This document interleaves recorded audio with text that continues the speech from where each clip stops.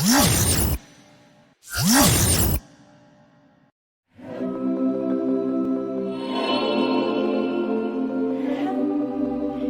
σας μικροί μου φίλοι. Σήμερα είναι μια πολύ ιδιαίτερη μέρα, γιατί σκέφτηκα να σας διαβάσω ένα από τα αγαπημένα μου παραμύθια. Όπως ξέρετε, έχω μια μεγάλη βιβλιοθήκη γεμάτη βιβλία και κάθε φορά που διαλέγω ένα, νιώθω σαν να μπαίνω σε ένα καινούριο κόσμο γεμάτο περιπέτειες. Τι λέτε, πάμε μαζί να βρούμε το παραμύθι που θα διαβάσουμε σήμερα? Για να δούμε. Τόσα πολλά όμορφα βιβλία. Ας δω αυτό εδώ. Όχι.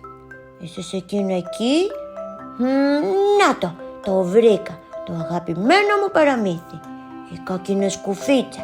Ένα παραμύθι για ένα μικρό γλυκό κοριτσάκι που μια μέρα μπλέκει σε μια περιπέτεια στο δάσος. Θέλετε να το διαβάσουμε μαζί?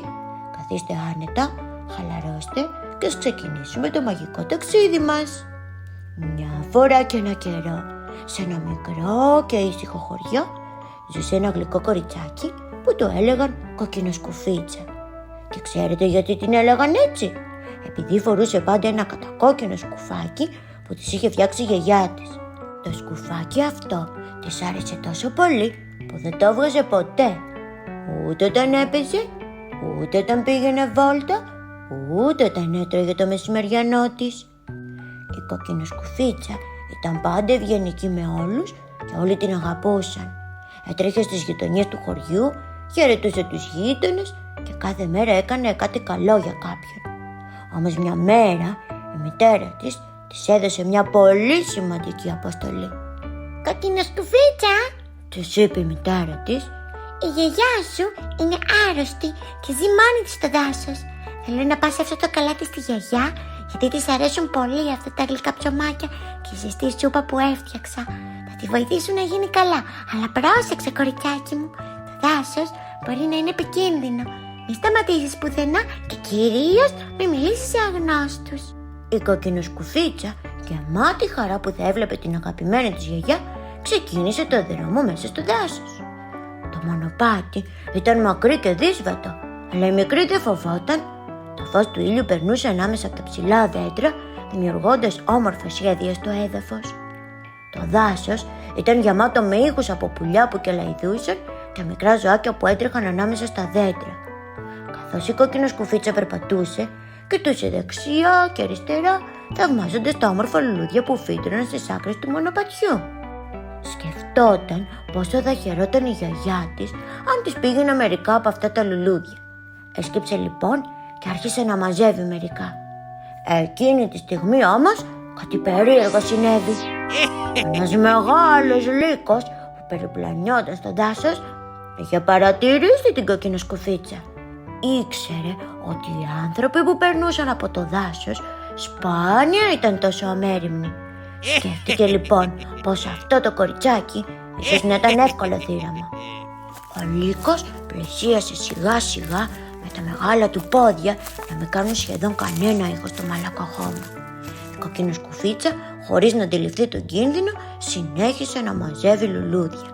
Ο λύκος την πλησίασε και με ένα ευγενικό αλλά ψεύτικο τόνο τη ρώτησε: «Πού πας, κοριτσάκι?»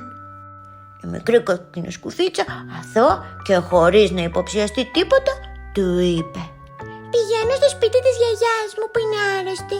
Θα της πάω γλυκά ψωμάκια και ζεστή σούπα». Ο λύκος κατάλαβε αμέσως ότι είχε μπροστά του μια ευκαιρία.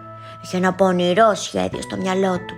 Αν μπορούσε να φτάσει πρώτο στο σπίτι της γιαγιάς, θα μπορούσε να την ευνηδιάσει και ίσως να φάει και την κοκκινοσκουφίτσα. Αλλά έπρεπε πρώτα να την καθυστερήσει. Έτσι της πρότεινε να μαζέψει ακόμα περισσότερα λουλούδια για τη γιαγιά της, λέγοντάς της ότι τα λουλούδια θα την έκαναν πολύ χαρούμενη. Ο λύκος έτρεξε γρήγορα μέσα στο δάσος και σύντομα έφτασε στο μικρό σπίτι της γιαγιάς.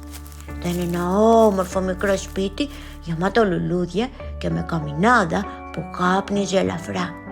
Ο λύκος χτύπησε την πόρτα και τον άκουσα τη φωνή της γιαγιάς να ρωτάει: «Ποιος είναι?» Θυμήθηκε τη φωνή της κοκκινοσκουφίτσας και είπε: «Εγώ είμαι, γιαγιά». Καημένη γιαγιά, χωρίς να καταλάβει τι συνέβαινε, άνοιξε την πόρτα και πριν προλάβει να αντιδράσει, ο Λύκος την έβαλε μέσα σε μια ντουλάπα. Ήταν πονηρός και γρήγορος και αμέσως φόρεσε τα ρούχα της γιαγιάς. Έβαλε τα γυαλιά της, το καπέλο της και ξάπλωσε στο κρεβάτι της, περιμένοντας την κοκκινοσκουφίτσα. Ο Λύκος ένιωθε περήφανος για το σχέδιό του. Ήξερε ότι η μικρή δεν θα μπορούσε να καταλάβει τι είχε συμβεί. Έτσι έμεινε ξαπλωμένος με τα μάτια του μισόκλειστα, έτοιμος να την ξεγελάσει. Μετά από λίγη ώρα η κοκκινοσκουφίτσα έφτασε στο σπίτι της γιαγιάς. Ήταν τόσο χαρούμενη που δεν πρόσεξε τίποτα περίεργο. Χτύπησε την πόρτα και άκουσε τη φωνή της γιαγιάς να της λέει: «Έλα μέσα, κοκκινοσκουφίτσα μου».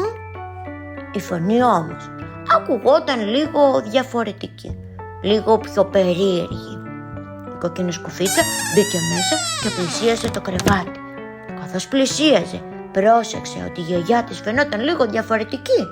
Τα αυτιά της ήταν πιο μεγάλα, τα μάτια της πιο στρογγυλά και τα δόντια της πιο κοφτερά.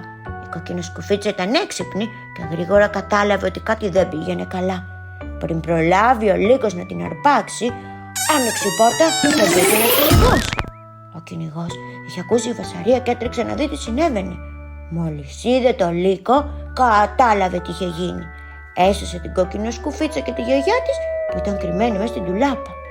Ο Λύκος έφυγε μακριά και δεν ξαναεμφανίστηκε ποτέ στο δάσος. Η κοκκινοσκουφίτσα έμαθε ένα πολύ σημαντικό μάθημα εκείνη την ημέρα: να ακούει τη μαμά της και να προσέχει όταν μιλάει στους αγνώστους.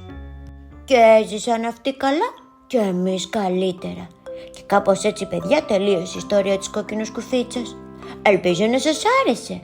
Θυμηθείτε κι εσείς να ακούτε τους μεγάλους και να είστε πάντα προσεκτικοί όταν βρίσκεστε έξω. Είμαι σίγουρος πως κι εσείς μάθατε κάτι από την ιστορία της κοκκινοσκουφίτσας.